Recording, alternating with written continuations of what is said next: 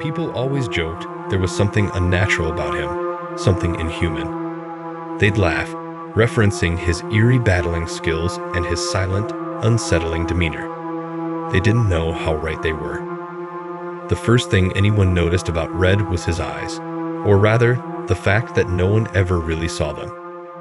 The brim of his hat cast a shadow far too deep to be natural, and the way he tilted his head downward made his eyes all but invisible.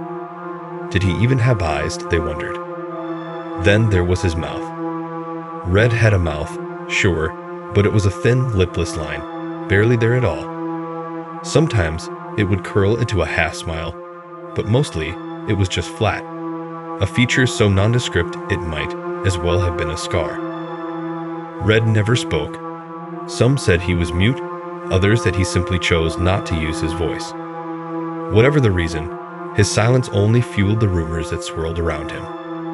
The less he revealed, the more people speculated about what lay behind his blank, inscrutable face. Rumors are like seeds. Plant them, and they'll grow into something far more monstrous than the truth. The darkest of these rumors were also the least believable, yet they were the ones that stuck. The ones people whispered in dark rooms or shared in creepy online forums. Variations of the same theme. Red is evil. A demon. A ghost. Whenever you're with someone else, they said, you're safe. He won't make his move if there's a witness. But if you're alone, you're dead. He likes small children best, they said. They're easy to scare, they can't fight back, and they taste the sweetest. The first thing you'll see, they said, are his eyes. Eyes so red, they glow like hot coals. Eyes that will burn into your soul as they widen, pulling you into their depths. And then, you'll hear a whisper, a sound so faint, so insidious, it'll crawl right under your skin. But the worst thing you'll see is his mouth. That thin line will tear open, wider and wider, until it becomes a gaping hole, a void that seems to drip with blood. A mouth that stretches impossibly far, disfiguring his face as those terrible eyes bore into you. And then, you're gone, swallowed whole by the abyss. It's silly, of course. How could anyone know all this if no one survives? But that's what people say. That's what they believe, until they see what I've seen.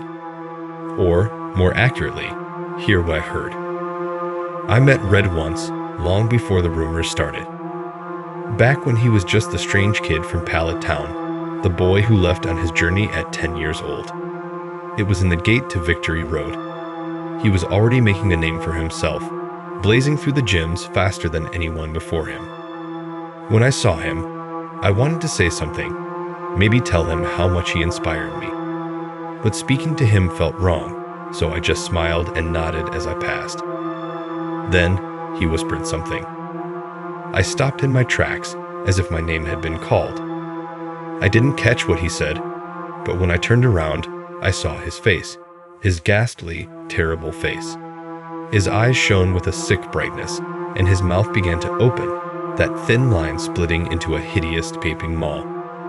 The whisper echoed in my ears, even though there was no tongue in that awful mouth to form the words. There was nothing inside. A primal terror gripped me. This wasn't just death looming, it was oblivion. I was about to cease to exist. But then, suddenly, his mouth snapped shut, leaving a twisted, almost stitched-together semblance of a mouth. His eyes stayed locked on mine as his lips curled into that eerie half-smile. I can't tell you what he said. I remember it, of course, just as I remember running faster than I've ever run in my life.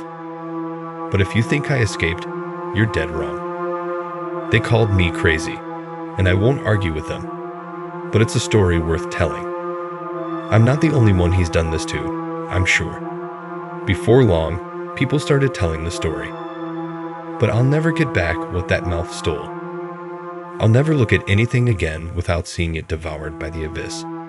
And I'll never look at another person without wanting to whisper to them, to move in close, to swallow them and their screams, until there's nothing left but silence.